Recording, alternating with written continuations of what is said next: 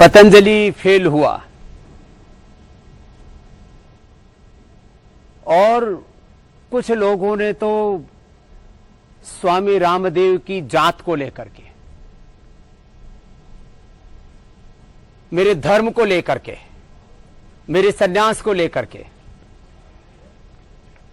और यहां तक कि अलग अलग प्रकार से एक बहुत गंदा वातावरण बनाने की कोशिश की। आखिर ऐसे लगता है कि हिंदुस्तान के अंदर मानो योग आयुर्वेद का काम करना एक गुनाह हो, और सैकड़ों जगह एफआईआर दर्ज हो गई। माने एक जैसे किसी देशद्रोही और आतंकवादी के खिलाफ एफआईआर दर्ज होती है और कुछ सिरफिरे लोगों ने हेडलाइन चलानी शुरू कर दी। कुछ लोगों ने अब सोशल मीडिया में तो अपने अपने मालिक खुद हैं, खुद एडिटर हैं, खुद ही ओनर हैं और खुद ही सबसे बड़े ठेकेदार हैं सच के। स्वामी रामदेव जेल जाएंगे और एक आर्टिफिशियल जेल बना करके और उसके पीछे स्वामी रामदेव को बैठा दिया कि अब 7 दिन बाद स्वामी रामदेव सलाखों के पीछे जाने वाले हैं। अरे भाई, ऐसा क्या गुनाह कर दिया? ये जो पूरी मानसिकता है ये हमें कहां लेकर के जाएगी? स्वामी रामदेव और आचार्य बालकृष्ण 35 वर्षों से हम लोग देश और दुनिया के सामने अपनी सेवाएं कर रहे हैं, और एक सामान्य जमींदार के घर में पैदा होकर के, एक सामान्य परिवार में पैदा होकर के पूज्य आचार्य बालकृष्ण जी चौकीदारी, स्वामी रामदेव जमींदारी करने वाले अनपढ़ मां बाप के घर में पैदा होकर के यहां तक आए। क्या किया? योग आयुर्वेद का यश बढ़ाया। अब कुछ लोगों को मिर्ची लगती है योग आयुर्वेद के, वेदों के, भारतीय संस्कृति के उत्कर्ष से। यह तो ठीक नहीं है ना। अरे आपको आपत्ति है स्वामी रामदेव से, खूब गाली दो, हम तो गाली प्रूफ हो चुके हैं। आपको आचार्य बालकृष्ण से आपत्ति है तो खूब हमारी निंदा करो, तिरस्कार करो, लेकिन आखिर इतनी तो हमदर्दी रखो उन लोगों के प्रति भी जो बेचारे कोरोना से पीड़ित हैं, जो बीपी से, शुगर से, थायराइड से, हेपेटाइटिस, आर्थराइटिस से, रोमेटॉइड आर्थराइटिस से, कैंसर से पीड़ित हैं। आखिर ऐसे करोड़ों लोगों को जीवन दिया है पतंजलि ने। आज मैं आपके सामने बैठा हूं तो पिछले 3 दशकों में 10 से 20 करोड़ लोगों को प्रत्यक्ष रूप से और 200 करोड़ से ज्यादा पूरी दुनिया के लोगों को योग आयुर्वेद के जरिए मैंने एक स्वस्थ जीवन की दीक्षा दी है, एक आध्यात्मिक जीवन पद्धति में उनको ढाला है। लोगों के स्वभाव में मैंने योग को सम्मिलित किया है। और ये कौन सा गुनाह कर दिया भाई? लेकिन आज उनके मंसूबों पर पानी सा फिर गया है जब आयुष मंत्रालय ने कहा है कि पतंजलि ने कोविड-19 के मैनेजमेंट के लिए एप्रोप्रिएट कार्य किया है, माने एक अच्छी पहल की है, अच्छा इनिशिएटिव लिया है, और कोरोना से तड़पती इस मानवता के लिए पतंजलि ने एक राइट डायरेक्शन में जो काम करना शुरू किया है, अब उसकी मैं नहीं कहता कि प्रशंसा कीजिए, हमें सत्कार की चाहना नहीं है, लेकिन तिरस्कार तो मत कीजिए।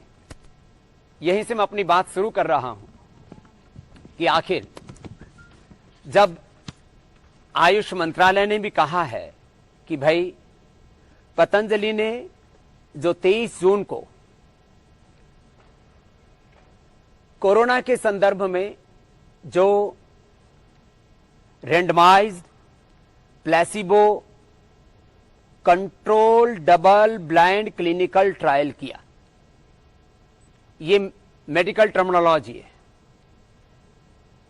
Randomise, placebo, control double blind clinical trial किया। उसमें 3 दिन में 69%, 7 दिन में 100 के 100% पेशेंट नेगेटिव हो गए। उसका पूरा डेटा हमने आयुष मंत्रालय को दे दिया। उसके लिए जो भी रिसर्च के लिए अप्रूवल से लेने थे, सीटीआरआई के अप्रूवल से लेकर के, वो सारे के सारे अप्रूवल्स भी हमने आयुष मंत्रालय को सबमिट कर दिए। और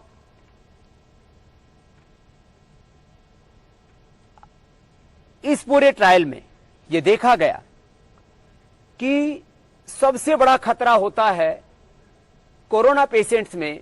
जब कोरोना हमारी बॉडी के अंदर उतरता है तो हमारे लंग के अल्वोलाइज को ऑक्युपाई कर लेता है, और एक कोरोना का जीवाणु अंदर गया तो वायरस अपना संक्रमण कैसे फैलाता है। साइटोकाइंस का एक तूफान खड़ा होता है अंदर। एक कोरोना अपनी जैसी हजारों फिर लाखों कॉपियां तैयार कर लेता है, और इसका पता लगता है IL-6, TNF अल्फा और CRP बढ़ने से। हमने पेशेंट्स के अंदर देखा कि सारी चीजें कंट्रोल हो रही हैं, बहुत बेहतर तरीके से कंट्रोल हो रही हैं।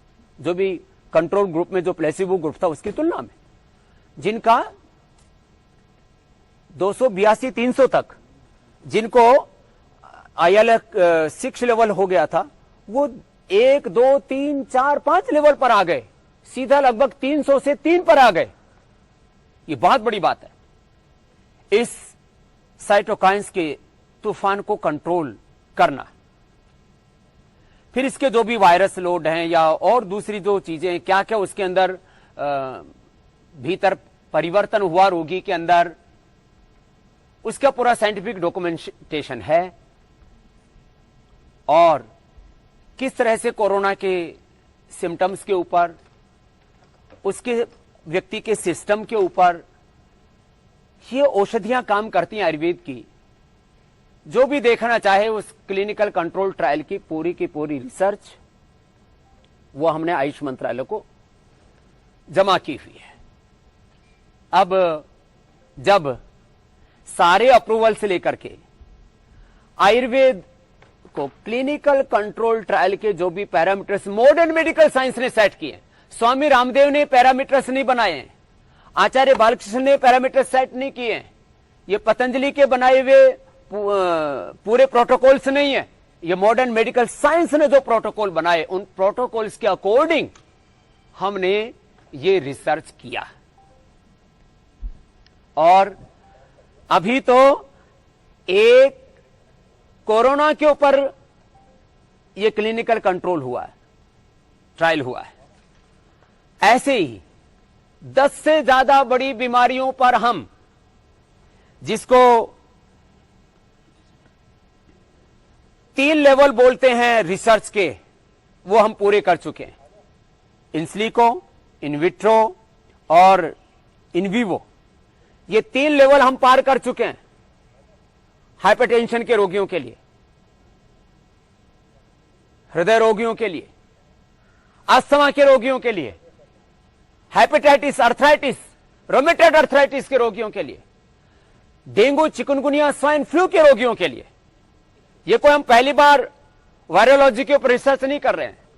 हमारे पास डॉक्टर अनुराग वार्ष्णेय जी, जो मेरे भाई और हैं, ऐसे करीब 500 हमारे पास में आयुर्वेद के रिसर्च करने वाले सीनियर साइंटिस्ट और उसके ऊपर निरंतर वैज्ञानिक शोध, अनुसंधान और पूरे इस प्रोसेस को आगे बढ़ाने वाले लगभग 500 साइंटिस्टों की टीम है। पूज्य श्रद्धेय आचार्य बालकृष्ण जी के मार्गदर्शन में ये 500 साइंटिस्ट रात दिन काम कर रहे हैं। अभी तो एक कोरोना के बारे में हमने क्लिनिकल कंट्रोल ट्रायल का डेटा सामने रखा तो मानो तूफान सा उठ गया, भूकंप सा आ गया, चूल्हे हिल गई उन ड्रग माफियाओं की, उन एमएनसीज के माफियाओं की, उन भारत और भारतीयता स्वदेशी विरोधी ताकतों की जड़ें हिल गई। और ये हो क्या गया?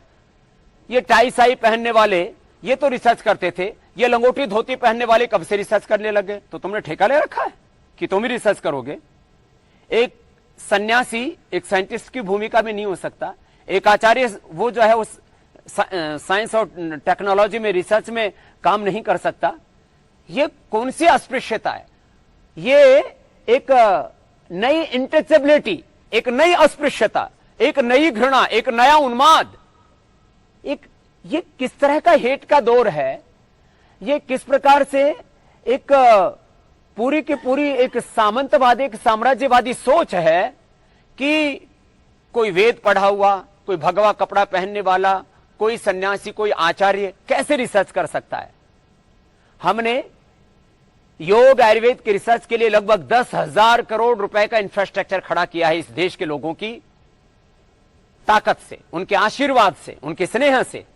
और अभी मैंने कहा ये तो एक क्लिनिकल कंट्रोल ट्रायल के डाटा सामने रखे तो पूरी मॉडर्न मेडिकल साइंस में तूफान सा उठा, और उन्हीं के बनाए हुए प्रोटोकॉल्स के अकॉर्डिंग, उन्हीं के बनाए हुए रिसर्च पैरामीटर्स के अकॉर्डिंग हमने ये कार्य आगे बढ़ाया है।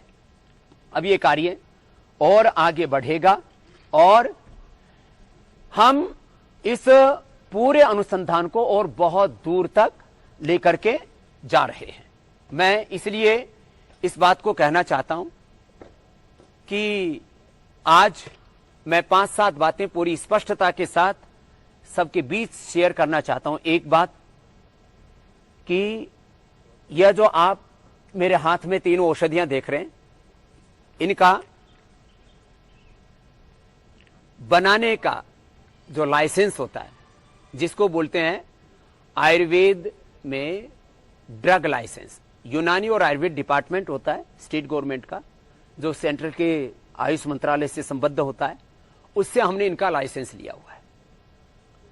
अब कुछ लोग इसी पर कोहराम मचा रहे हैं कि आपने लाइसेंस क्या लिया हुआ है और आप इसके ऊपर रिसर्च क्या कर रहे हो। अब मैं दो बातें अलग अलग कहनी चाहता हूं। भैया, आयुर्वेद में ड्रग लाइसेंस का जो प्रोसीजर है वो औषधियों के परंपरागत गुण विज्ञान के आधार पर मिलता है। यह खाली स्वासार्य को का जो रजिस्ट्रेशन होता है वो उनके परंपरागत गुणों के आधार पर होता है। कोई भी औषधि का जो अनुसंधान है, क्लिनिकल कंट्रोल ट्रायल है, उसका प्रोटोकॉल आयुर्वेद तय नहीं करता है। उसके लिए, क्योंकि पूरे मेडिकल सिस्टम को एलोपैथी या मॉडर्न मेडिकल साइंस लीड करता है, तो मॉडर्न मेडिकल साइंस ने रिसर्च के पैरामीटर्स बना रखे हैं, हम उसको फॉलो करते हैं। तो हमने कोरोनिल का, स्वासारी का जो आयुर्वेदिक ड्रग लाइसेंस है वो परंपरागत गुणों के आधार पर लिया। इस पर जो स्वासारी पर भी, श्वास रोगों पर, दमा पर, अस्थमा पर, रेस्पिरेटरी सिस्टम के ऊपर ये किस तरह से काम करती है, इसका इंटरनेशनल जर्नल में हमने रिसर्च पेपर भी पब्लिश किया हुआ। अब कोई कहे कि स्वासारी का तो आपने रजिस्ट्रेशन लिया आयुष से और इसके ऊपर आपने इंटरनेशनल जर्नल में स्टडी कैसे प्रकाशित कर दी, इसके ऊपर रिसर्च कैसे कर लिया आपने? अरे भैया, रिसर्च का मामला अलग है और जो है, अरे भाई ऐसे क्यों बीच में घुसते हो, अच्छी बात नहीं है ना।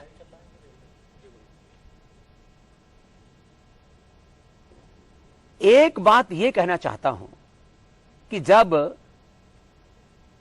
आयुर्वेद के ड्रग लाइसेंस का प्रोसेस हमने, जो ड्रग लाइसेंस के जो रिक्वायरमेंट्स हैं उसके अकॉर्डिंग करवाया, और इसका जो रिसर्च है क्लिनिकल कंट्रोल ट्रायल का, जो पैरामीटर्स, उसके जो प्रोटोकॉल मॉडर्न मेडिकल साइंस ने तय किए हुए हैं, उसके अकॉर्डिंग हमने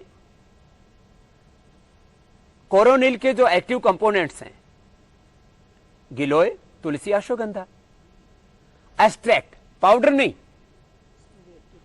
और उसके भी जो एक्टिव कंपाउंड्स का एक स्टैंडर्डाइजेशन है, उस स्टैंडर्ड के आधार पर अब कुछ लोग दे दनादन देश में गिलोय बेचने में लगे, अश्वगंधा तुलसी बेचने में लगे।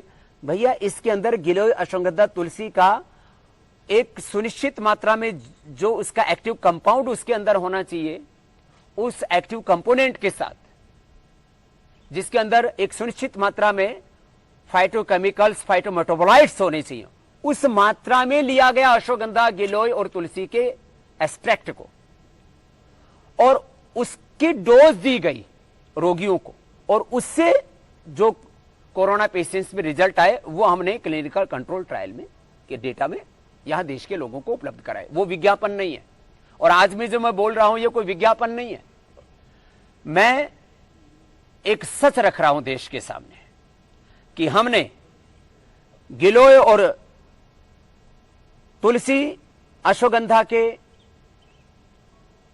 एक्सट्रैक्ट से उसके एक सुनिश्चित मात्रा में जिसके अंदर जो फाइटोकेमिकल्स हैं, फाइटोमेटाबोलाइट्स हैं, इसके उन तत्वों को लेकर के ये कोरोनिल, और ऐसे ही रुदंती से लेकर के और अलग अलग प्रकार के काकड़ा सिंघी, दालचीनी, अकरकरा जैसी औषधियों से हमने श्वासारी को निर्मित किया, और इसके ऊपर ये दोनों दवाइयां साथ साथ दी गई हैं, श्वासारी और कोरोनिल के गिलोय, तुलसी, अश्वगंधा साथ साथ दी गई हैं। लाइसेंस अलग अलग है, लेकिन श्वासारी और इस कोरोनिल के अंदर जो एक्टिव कंपाउंड्स हैं उसके बारे में मैं बता चुका हूं, इनका साथ साथ प्रयोग किया गया है, साथ में अणु तेल भी डाला गया है, और ये समान रूप से इफेक्टिव है। अकेला कोरोनिल या अकेला श्वासारी का ये अभी क्लिनिकल कंट्रोल ट्रायल नहीं हुआ है, इनका संयुक्त रूप से randomise placebo control double blind clinical trial हुआ है, और रजिस्ट्रेशन के ढंग से हुआ है। इसमें विवाद कहां रह गया कि आपने रजिस्ट्रेशन तो कुछ करवाया और रिसर्च कुछ कर रहे हैं। अरे रिसर्च के डेटा अलग है, रजिस्ट्रेशन का प्रोसेस अलग है। रजिस्ट्रेशन के प्रोसेस के लिए हमने रजिस्ट्रेशन का प्रोसेस फॉलो किया, क्लिनिकल कंट्रोल ट्रायल के लिए हमने क्लिनिकल कंट्रोल ट्रायल का प्रोसेस फॉलो किया। और ये तो अभी हमने आपको कोरोनिल और श्वासारी के बारे में बताया। हमने परंपरागत गुणों के आधार पर ही मुक्तावटी, मधुनाशिनी, हृदयामृत, सर्वकल्पक्वाथ। भाई आप बीच बीच में क्यों ऐसे आते हैं?